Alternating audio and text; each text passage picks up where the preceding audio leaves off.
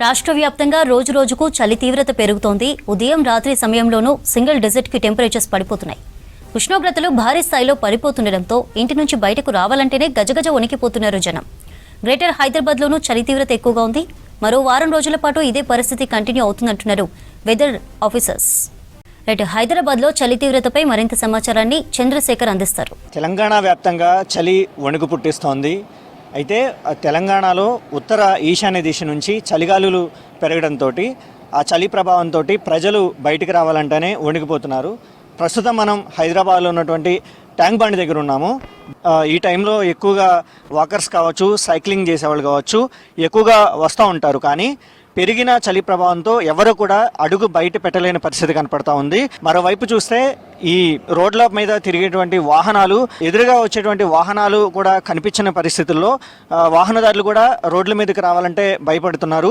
ఎందుకంటే మనకు కనిపించేటువంటి ఆ పొగమంచుతోటి సుమారు ఒక 10-20 అడుగుల దూరం వచ్చేదాకా కూడా వాహనాలు కనిపించకపోవడంతో ఇక్కడ ఎక్కువ యాక్సిడెంట్స్ అయ్యే ప్రమాదం ఉంది. కాబట్టి వాహనదారులు కూడా ఖచ్చితంగా వాహనాల యొక్క హెడ్ లైట్స్ ఖచ్చితంగా ఆన్ చేసుకొని వాహనదారులు ప్రయాణించాలని చెప్పేసి అధికారులు ఇప్పటికే ప్రకటించారు. మరోవైపు ఈ చలికాలంలో దుమ్ము ధూళి కణాలు కూడా మనకు కంటికి కనిపించిన కణాలు ఎక్కువగా మన బాడీలోకి చేరి మన అనారోగ్యం పాలు చేస్తాయి. కాబట్టి ఈ చలికాలం ఉన్నన్ని రోజులు కూడా ఎవరైనా సరే ఏదైనా పని ఉన్నప్పుడే బయటకు మాత్రం రావాలి. అది ఉదయం కావచ్చు, సాయంత్రం కావచ్చు అని అధికారులు ఇప్పటికే పొల్యూషన్ కంట్రోల్ బోర్డు అధికారులు ఇప్పటికే తెలియజేశారు.